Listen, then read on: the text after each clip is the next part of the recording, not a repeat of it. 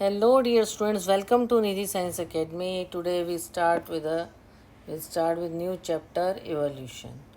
Okay, evolutionary biology study किसकी है? History की, कैसे लाइफ शुरू हुई अर्थ पे, इसके बारे में है। उसकी हिस्ट्री है, उसका पास्ट है।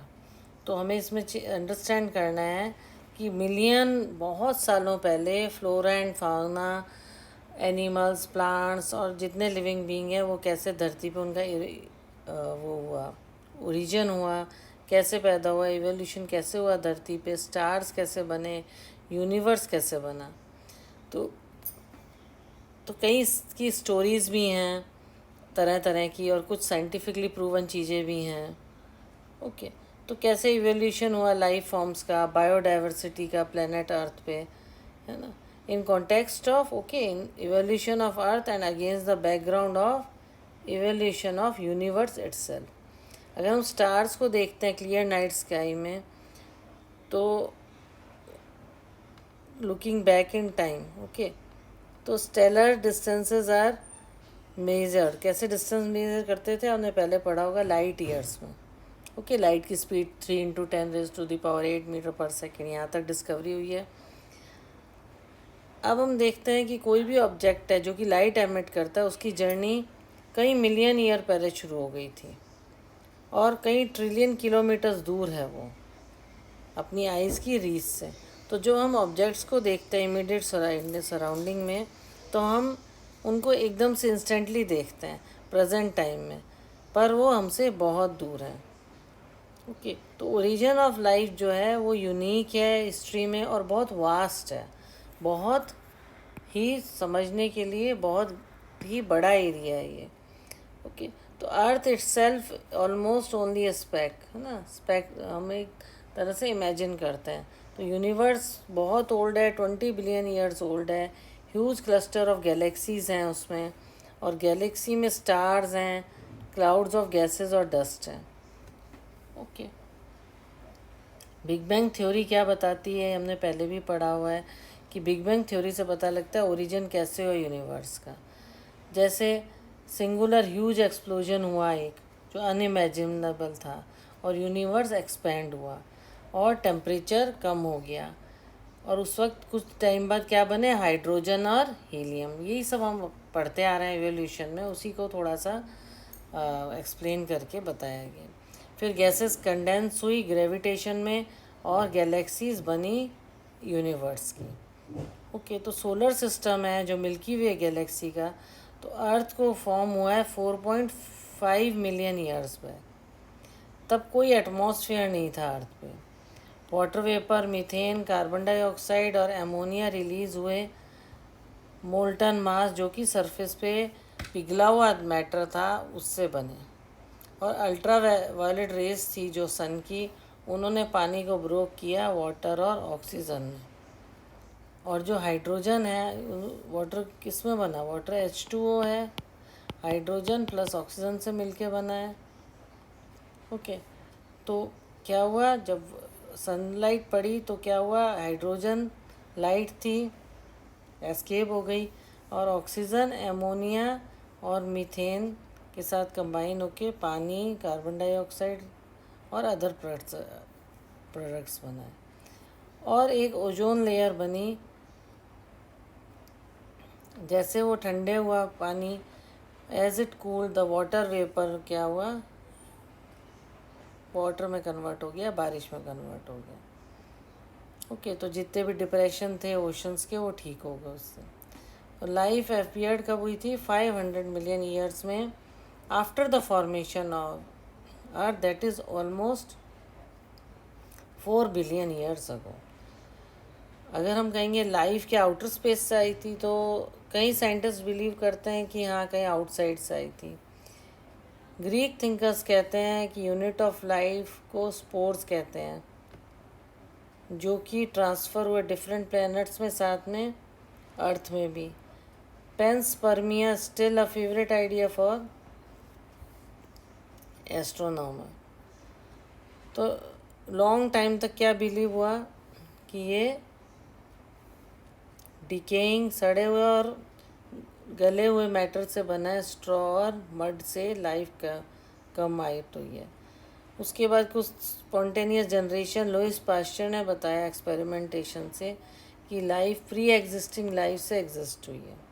उसने एक प्री स्टरलाइज फ्लास्क लिए, life did not come from killed east while another flask open in the air, new organism बना, जिसको बोला new organism arrows from killed east, मरे हुए ईस्ट से नया ईस्ट बन गया। तो स्पॉन्टेनियस जनरेशन थ्योरी डिसमिस हो गई एक बार सबके लिए, पर ये आंसर नहीं किया कि फर्स्ट लाइफ कैसे अर्थ में आई, फिर भी ये एक्सप्लेन नहीं हो पाया। उसके बाद ओपेरन ऑफ रशिया और हेल्डेन ऑफ इंग्लैंड ने प्रपोज किया first form of life could have form किससे बनी होगी, नॉन लिविंग ऑर्गेनिक मॉलिक्यूल से बने हुए हैं, आरएनए और प्रोटीन से। ये ओपेरन ऑफ रशिया और हेल्डेन ऑफ इंग्लैंड ने बताया। तो फॉर्मेशन हुआ डाइवर्स ऑर्गेनिक मॉलिक्यूल का इनऑर्गेनिक कॉन्स्टिट्यूट से। ओके, तो कंडीशन ऑन अर्थ कैसी थी, हाई टेम्परेचर था, ठीक है, और ज्वालामुखी रहते थे, तूफान आते थे, ओके, और जो रिड्यूसिंग टेम्परेचर था, रिड्यूसिंग टेम्परेचर कंटेन करता था मीथेन, एमोनिया एट्सेट्रा। तो मिलर अमेरिकन साइंटिस्ट ने क्रिएट की सिमिलर कंडीशन लेबोरेटरी स्केल में।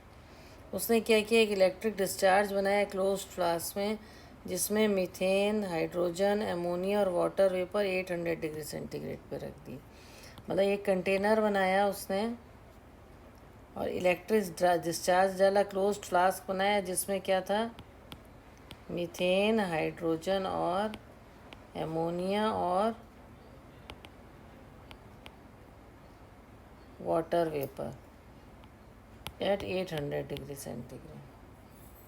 और उसने ऑब्ज़र्व किया जो एमिनो एसिड है और फॉर्मेशन ऑफ शुगर है, नाइट्रोजन बेसिस, पिगमेंट, फैट्स, ये सब ऑब्ज़र्व किया। तो एनालिसिस हुआ मेटेरियल कंटेंट का, उसमें भी सिमिलर कंपाउंड्स ही हैं, जिससे पता लगा कि स्पेस में यही सिमिलर प्रोसेस हो रहे हैं। पर लिमिटेड एविडेंस के कारण ये फर्स्ट पार्ट था, तो केमिकल इवोल्यूशन वाज मोर और लेस कम और थोड़ा बहुत एक्सेप्ट कर लिया, पर ये नहीं आइडिया पता लगा कि first self replicating metabolic capsule of life कैसे है। जो first non cellular form of life का ये अंदाज़ा लगाया, it could have originated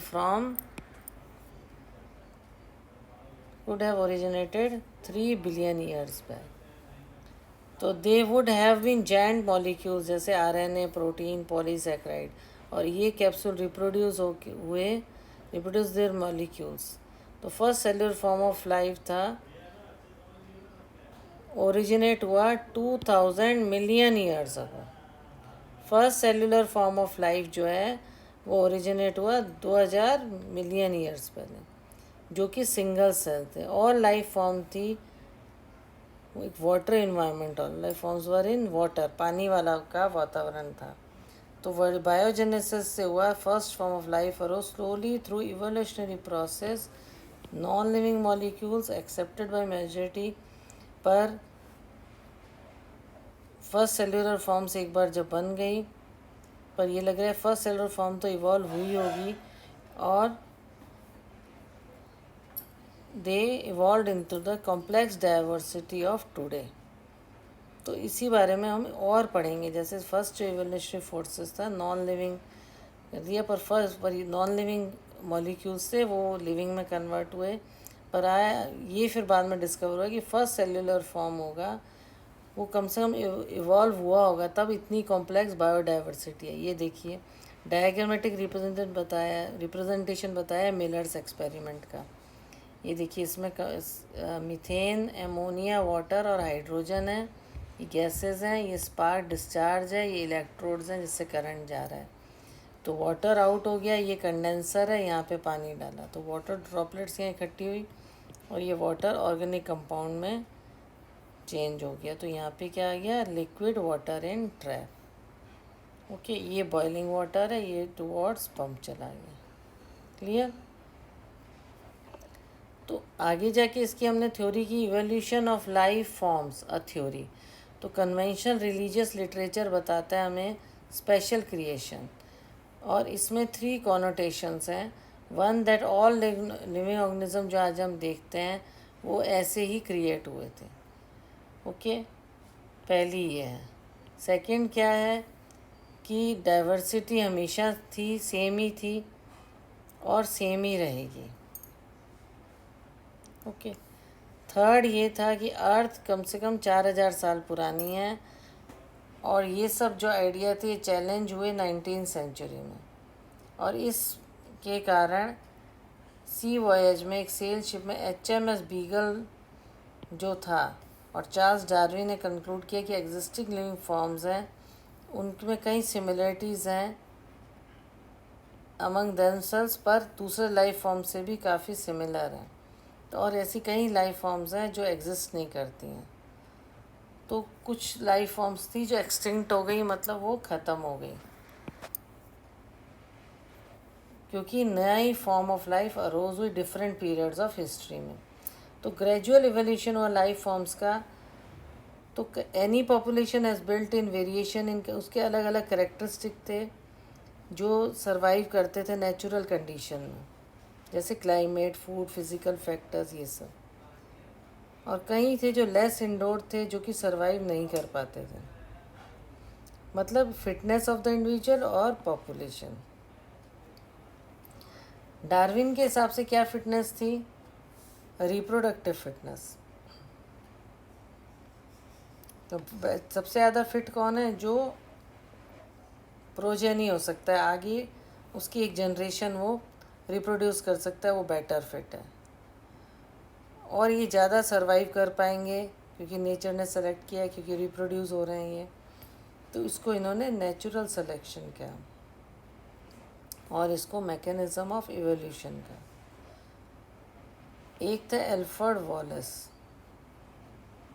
naturalist थे, उन्होंने वर्क किया मले आर्चीपेलागो के had also come to similar conclusion, उन्होंने भी यही कंक्लूज़न निकाला। फिर उन्होंने देखा जो नए टाइप रिप्रोड्यूस ऑर्गेनिज्म वो रिकॉग्नाइज कर सकते हैं, और जो भी एग्जिस्टिंग लाइफ फॉर्म्स हैं वो सिमिलरिटीज़ शेयर करते हैं, वो एक जैसे हैं, और कुछ कॉमन एंसेस्टर्स हैं, मतलब उनके जो पहले की जनरेशन है वो कॉमन है।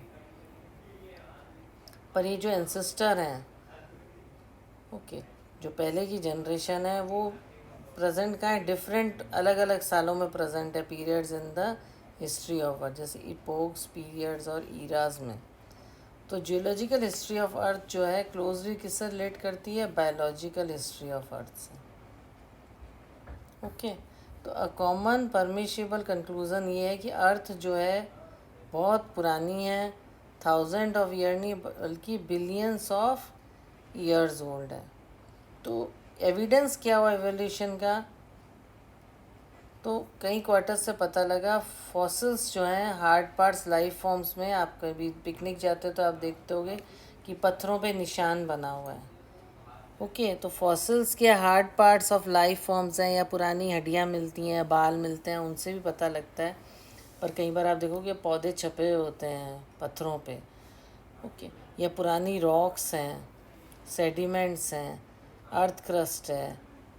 ओके, और कई लेयर बनती जाती हैं उनके ऊपर, उससे हमें हिस्ट्री पता लगी। Different aged rock sediment contain fossils of, उनके फॉसिल अलग तरह के हैं।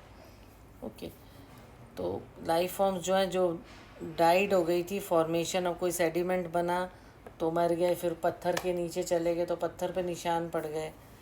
ओके, तो कई जो हैं वो बिल्कुल मॉडर्न ऑर्गेनिज्म जैसे देखते हैं, जैसे कुछ एक्सटेंड हो गए हैं, जैसे डायनासोर्स। एक स्टडी, जब फॉसिल्स की स्टडी की गई तो इंडिकेट किया गया कि जियोलॉजिकल पीरियड कौन सा था जब वो एग्जिस्ट हुआ। तो फॉसिल्स से हमें ये पता लगता है कि जियोलॉजिकल पीरियड कौन सा था जब वो एग्जिस्ट हुआ, जब वो एग्जिस्ट हुआ। ओके, तो फॉसिल का मतलब क्या, हजारों वर्ष पहले के पशु या पौधे जो अब पत्थर बन चुके हैं। ठीक है, तो फॉसिल समय किसके बारे में, कोई पशु, पौधे, इंसान के बारे में पता लग चुका है जो अब पत्थर बन चुके हैं, पत्थरों पे उनके निशान हैं। तो जो स्टडी शो करती है वो तरह तरह के अलग अलग टाइम के फॉर्म्स के बारे में स्टडी किया जाता है। ओके, तो new forms of life arise हुई, कईयों का हमें पता लगा इतने सन तक, इतने तक इस तरह के फॉसिल्स मिले हमें। तो डिफरेंट टाइप्स न्यू फॉर्म्स हैं और डिफरेंट टाइप्स और हिस्ट्री में हमने फाइंड आउट कि इसको बोलते हैं पैलेंटोलॉजिकल एविडेंस। ओके, तो एनाटॉमी और मॉर्फोलॉजी शो करती है सिमिलरिटी और difference among organism of today, और दोज जो हैं एग्जिस्टेड ईयर्स अगो, जो अभी ऑर्गेनिज्म है और पहले वाला ऑर्गेनिज्म है, उसमें एनाटॉमी से हमें कंपेयर करने को मिलता है। अब ये पता लगेगा इसमें कि सिमिलरिटीज़ एंसेस्टर्स में थी, वो हमने शेयर की है कि हम उस हमारे में कोई चेंजेस आए हैं। ओके, पर वेल्स, बैट्स, चीता, ह्यूमन, सिमिलरिटीज़ का पैटर्न सेम है अभी भी, बोन्स, फोर लिम्स की बोन का। ओके, पर फोर लिम्स क्या हैं, डिफरेंट फंक्शन है एनिमल्स का। आगे वाले पैरों का, जैसे आगे हमारे फोर लिम्स क्या, हमारे हाथ हैं, जानवरों के आगे वाले पैर को फोर लिम्स कहते हैं, तो उनका डिफरेंट फंक्शन है और उनका सेम एनाटॉमिकल स्ट्रक्चर है। वो जितने भी हैं all of them have humerus, radius, ulna, carpals, metacarpals and phalanges in their four limbs. ठीक है, उनके हाथों में ये सेम चीज़ें। तो ये जो एनिमल्स हैं इनके सेम स्ट्रक्चर हैं और ये डेवलप हुए हैं डिफरेंट डायरेक्शन में, क्योंकि अपने एडेप्शन की एडेप्ट करते हैं कि जैसे वो इन्वायरमेंट में, जैसी उनको ज़रूरत है खाने पीने की, उस हिसाब से उनका एडेप्टेशन है। इसको बोलते हैं डाइवर्जेंट इवोल्यूशन और स्ट्रक्चर को बोलते हैं होमोलोगस। ठीक है, चीज़ें तो सेम है पर ये डिफरेंट डायरेक्शन में अपने एडेप्शन के हिसाब से रहते हैं। कई एग्जांपल है वर्टिब्रेट्स के जिनकी रीढ़ की हड्डी होती है, हार्ट्स और brain. In plants also thorn and tendril, वो एक जैसे होते हैं ना, जो बेल के साइड से निकलते हैं वो सेम होते हैं। बेल जिससे पकड़ती है किसी भी पोल को या डंडी को, वो होते हैं टेंड्रिल्स, और थॉर्न मतलब कांटे। ठीक है, वो होमोलॉजी बताता है। होमोलॉजी किस पे बेस्ड होती है, डाइवर्जेंट इवोल्यूशन, और एनालॉजी होती है situation exactly opposite. Okay, homology और एनालॉजी। तो जब हम होमोलॉजी के बारे में पढ़ते हैं तो होमोलॉजी के जब बारे में पढ़ते हैं, होमोलॉजी क्या होता है, resemblance of the arrangement, physiology और growth of various organism. Okay, जब हम होमोलॉजी की बात करते हैं तो हम किसकी बात करते हैं, रिजेम्बलेंस मतलब देखने में फिजिक जो है, अरेंजमेंट,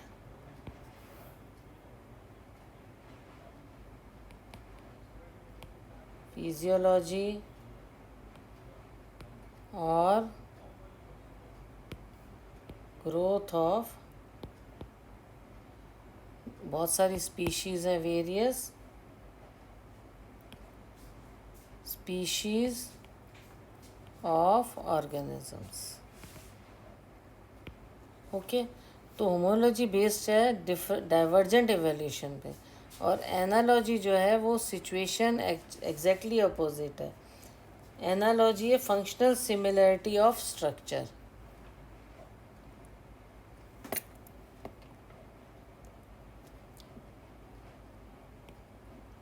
एनालॉजी क्या है,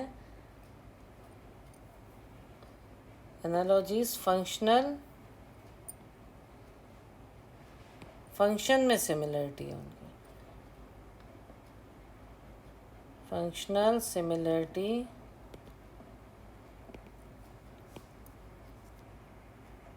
ऑफ स्ट्रक्चर, एक तरह से ये इजी वर्ड में आपको बताऊंगा।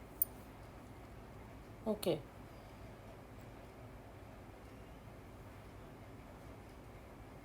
जैसे होमोलॉजी में रिजेम्बलेंस अरेंजमेंट की, ग्रोथ ऑर्गेनिज्म की, और उसमें फंक्शन सिमिलर है। किसमें? एनालॉजी में फंक्शनल सिमिलरिटी क्या है स्ट्रक्चर की। ये देखिए डायग्राम में फैमिली ट्री बनाया हुआ है डायनासोर का और लिविंग मॉडर्न डे काउंटर पर ऑर्गेनिज्म का, क्रोकोडाइल और बर्ड्स के बनाए गए हैं। ये देखिए स्ट्रैगो, उसके बाद सबसे पहले ये था, फिर ये आया, फिर क्रोकोडाइल आए। ओके, ये पूरा अलग अलग फैमिली ट्री ऑफ डायनासोर्स और living modern day counter part organism. तो एनालॉगी जो है वो homology based on divergent evolution, okay, resemblance क्या, अरेंजमेंट की, फिजियोलॉजी की, और growth of various species of organism. और एनालॉजी जो है वो एग्जैक्टली है कि फंक्शन क्या है उसका, जैसे विंग्स हैं बटरफ्लाई के और बर्ड्स के। ओके, तो एनाटॉमिकली सिमिलर हैं पर उन स्ट्रक्चर हैं और ये सिमिलर फंक्शन परफॉर्म करते हैं। तो ये एनालॉगस स्ट्रक्चर रिजल्ट किसका है? कन्वर्जेंट इवोल्यूशन के कारण है। डिफरेंट स्ट्रक्चर है पर सेम फंक्शन है, इसीलिए सेम सिमिलरिटी है। ओके, तो आज मैंने आपको इंट्रोडक्शन दिया है इवोल्यूशन चैप्टर का, चैप्टर 7 का। तो आई होप जो मैंने आज आपको कराया वो आपको क्लियर हो गया होगा।